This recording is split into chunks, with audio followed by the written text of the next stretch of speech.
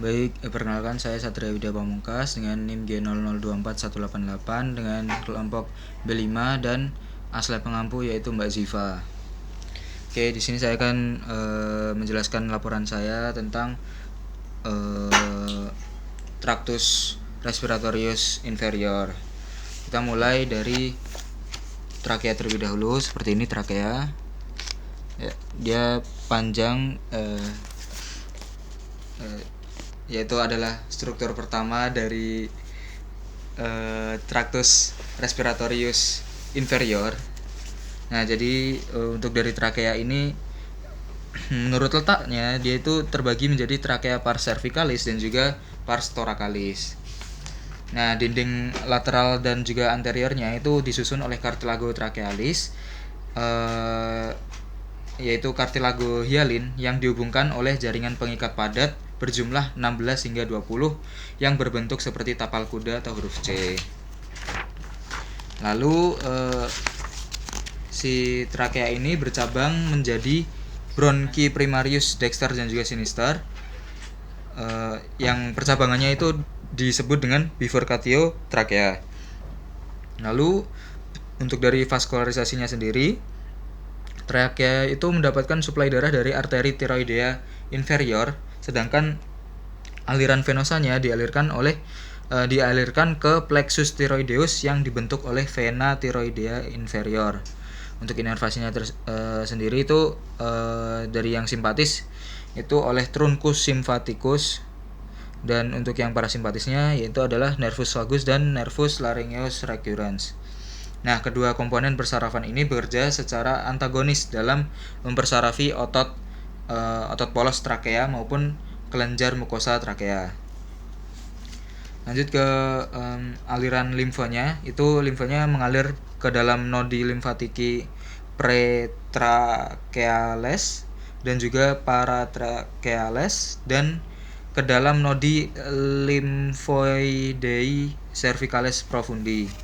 Kita lanjut ke bagian bronchus. Bronchus ada primarius, secundus dan juga tertius. Nah, untuk yang primarius sendiri seperti ini untuk gambaran dari bronchus. Ini kan trakea, terus akan bercabang-cabang menjadi bronchus. Untuk bronchus primarius itu membentang dari bifurcatio trakea sampai hilum pulmonis. Nah, tiap bronchus primarius akan bercabang menjadi bronchus secundus, yang jumlahnya sesuai dengan jumlah lobus setiap pulmo. Lalu untuk pembedanya sendiri, dari bronchus dexter itu dia lebih pendek daripada sinister. Lalu dari lebar penampangnya untuk yang dexter itu lebih lebar, sedangkan yang sinister itu lebih sempit. Lalu untuk posisinya sendiri itu untuk yang dexter dia lebih tegak, sedangkan untuk yang sinister dia lebih datar. Kita lanjut ke bronchus secundus. Untuk yang bronchus secundus dexter itu memiliki tiga buah sesuai dengan jumlah lobus pulmo dexter, yang dia itu masuk ke hilum pulmonis setinggi vertebrae thoracalis 5. Nah, dia terdiri dari satu bronchus secundus et arterialis, yaitu dipercabangkan sebelum masuk hilum pulmonis, dan dua bronchus secundus hip arterialis itu dipercabangkan ketika masuk hilum pulmonis. Nah, untuk bronchus secundus sinister dia itu berjumlah 2 buah sesuai dengan jumlah lobus pulmo sinister. Dia itu masuk ke hilum pulmonis setinggi vertebrae thoracalis 6, dan keduanya merupakan bronchus secundus hip arterialis yang dipercabangkan ketika masuk hilum pulmonis. Nah, tiap bronchus secundus akan bercabang menjadi bronchus tertius yang selanjutnya nanti, yaitu bronchus tertius. Untuk yang paru kanan memiliki 10 segmen sehingga terdapat 10 bronchus segmentalis, dan untuk yang kiri itu memiliki 8 sampai 9 segmen karena bronkus segmentalis 1 dan 2 bergabung menjadi bronkus segmentalis apicoposterior dan tidak terdapat segmen 7. Itu untuk perbedaan antara bronkus tertius kanan dan juga kiri. Kita lanjut ke pembahasan tentang pleura. Jadi pulmo kita memiliki pleura, yaitu lapisan luar dari paru-paru kita yang fungsinya seperti perikardium pada jantung, yaitu untuk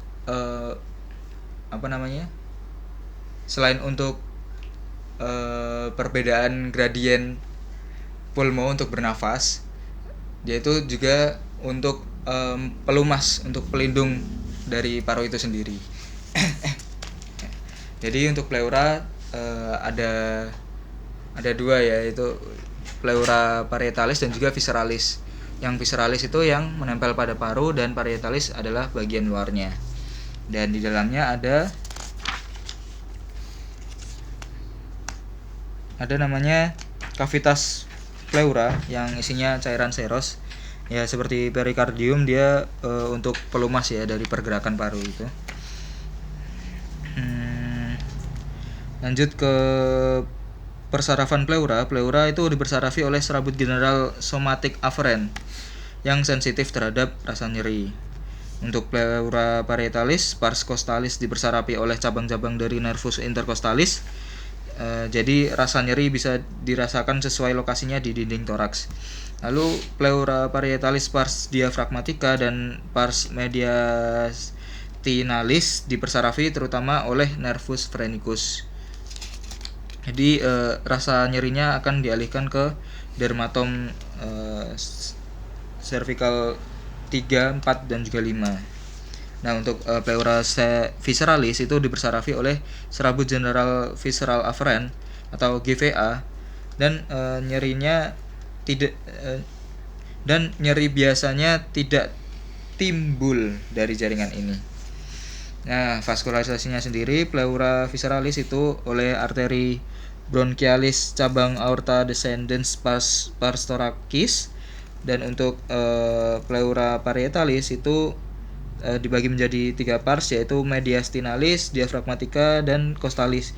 Yang mediastinalis itu oleh arteri pericardiophrenica. Untuk pars diaphragmatica itu arteri phrenica superior dan arteri musculophrenica, dan untuk pars costalis itu oleh arterial intercostalis. Dan venanya sendiri itu yang visceralis bermuara ke vena pulmonalis, dan yang parietalis itu kemudian bersatu dengan vena sistemik bagian dinding toraks yang berdekatan. Lanjut, kita akan membahas tentang pulmo. Ya, untuk gambarannya seperti ini pulmo, bagian kanan dan juga kiri terdapat radiksnya. Untuk yang pulmo dexter terlebih dahulu memiliki 3 lobus, yaitu lobus superius, medius, inferius pulmonis dexter.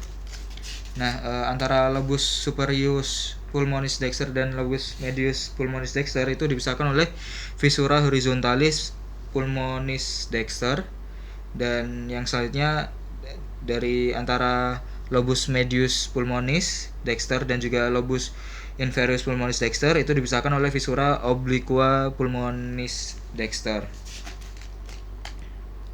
Kita lanjut ke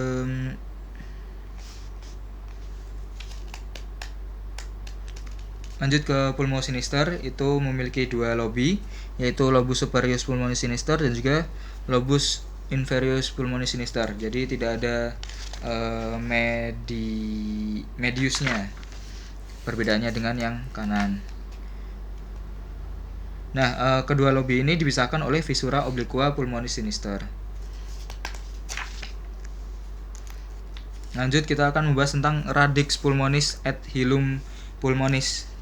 Nah, untuk kanan dan kiri, pulmo kanan dan kiri itu urutannya sedikit berbeda. Untuk yang kanan itu dari atas ke bawah ada bronchus arterialis, terus lanjut dengan arteri pulmonalis dan dua bronchus arterialis. Lalu ada vena pulmonalis, ada juga segmentum apico posterius. Nah, untuk yang sinister dari atas ke bawah ada arteri pulmonalis, dua bronchus arterialis dan juga vena pulmonalis.